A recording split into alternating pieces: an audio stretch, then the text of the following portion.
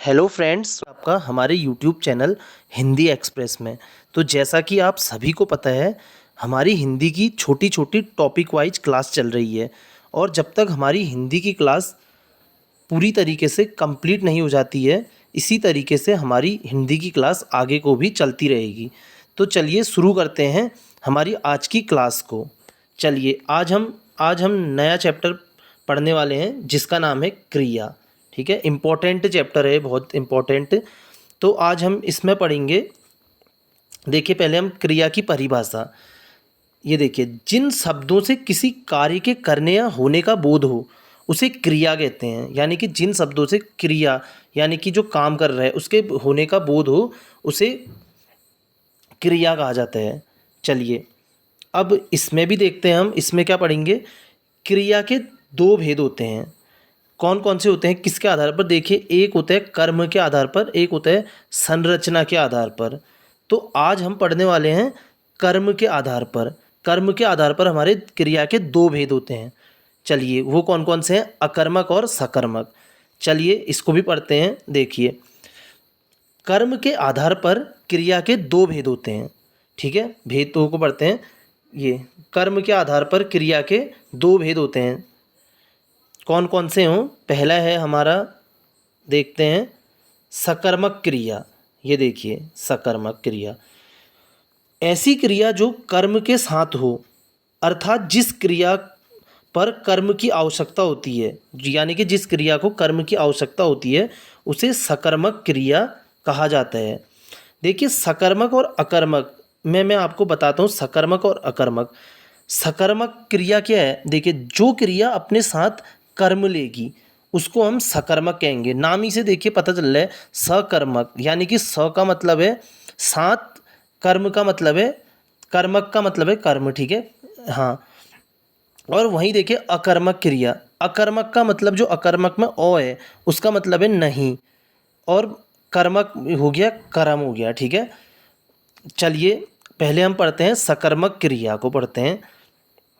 इसकी हमने परिभाषा देखी। देखिए, अब देखिए, यदि कर्ता द्वारा की गई क्रिया का प्रभाव कर्म पर पड़े तो ऐसी क्रिया को सकर्मक क्रिया कहते हैं। देखिए, परिभाषा से आपको कुछ समझ में नहीं आया होगा, हम इसके एग्जाम्पल देखते हैं, उससे आपको ये चीज़ अच्छी से समझ में आ जाएगी।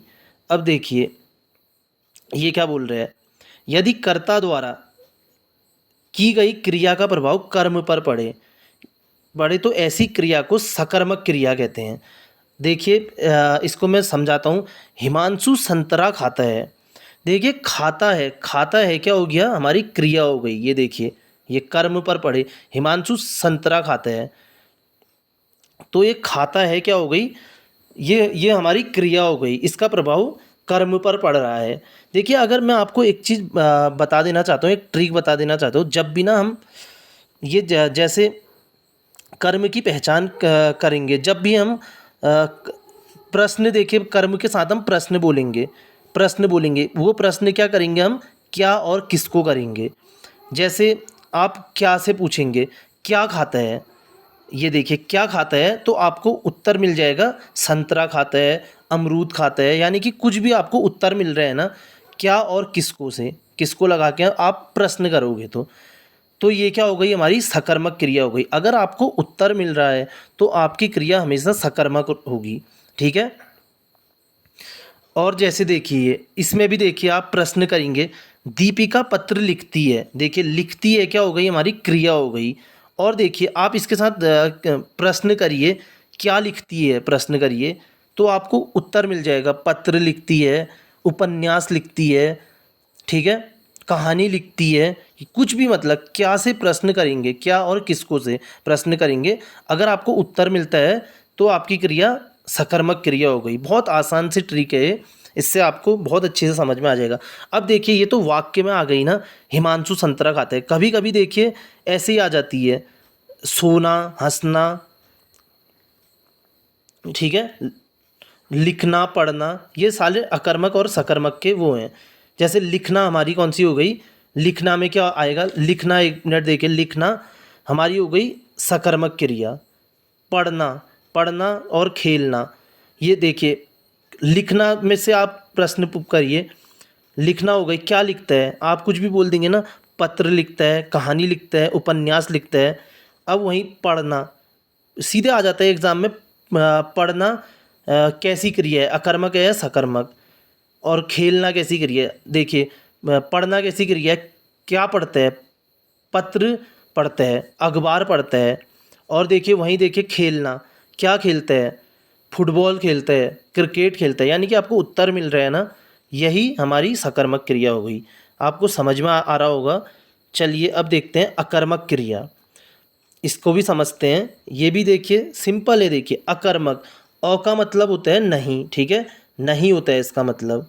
यानी कि देखिए ऐसी क्रिया जो कर्म के साथ नहीं हो, अर्थात जिस क्रिया को कर्म की आवश्यकता नहीं होती है, अकर्मक क्रिया कहलाती है।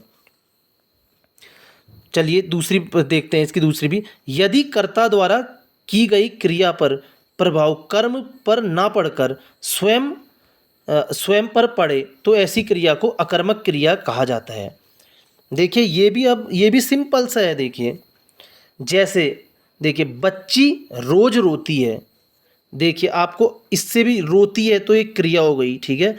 अब देखिए आप क्या और किसको से प्रश्न करिए, क्या रोती है, आपको देखिए उत्तर मिल रहा है क्या। यानी कि देखिए जो क्या से आपका वस्तु आना चाहिए और किसे से प्राणी आना चाहिए।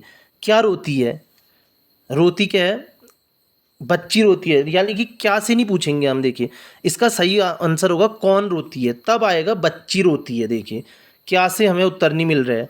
अब वहीं देखिए लड़का मैदान में दौड़ता है, दौड़ता है हमारी क्रिया हो गई, क्या दौड़ता है, क्या क्या दौड़ता है, यानी कि हमें उत्तर नहीं मिल रहा है। अगर हमें उत्तर मिलेगा कौन दौड़ता है, तब लड़का। यानी कि क्या से हमारा उत्तर नहीं आ रहा है, ठीक है। आपको समझ में आ रहा होगा दोस्तों ये। जैसे हमारा अकर्मक में देखिए, अकर्मक में हो गया हमारा सोना, हंसना, दौड़ना, डायरेक्टली पूछ लिया जाएगा ये। जो हमारा देखिए क्या रोता है, बच्ची रोज रोती है। जो बच्ची रोना हमारी क्या हो गई, ये जो रो कर रोना हमारी क्रिया हो गई, और बच्ची रोज रोती है, ठीक है। चलिए फिर दोस्तों यहीं पर को हमारा आज का टॉपिक भी ख़त्म करते हैं। कल की वीडियो में आपको इससे आगे को पढ़ने को मिलेगा। ठीक है फ्रेंड्स, थैंक यू।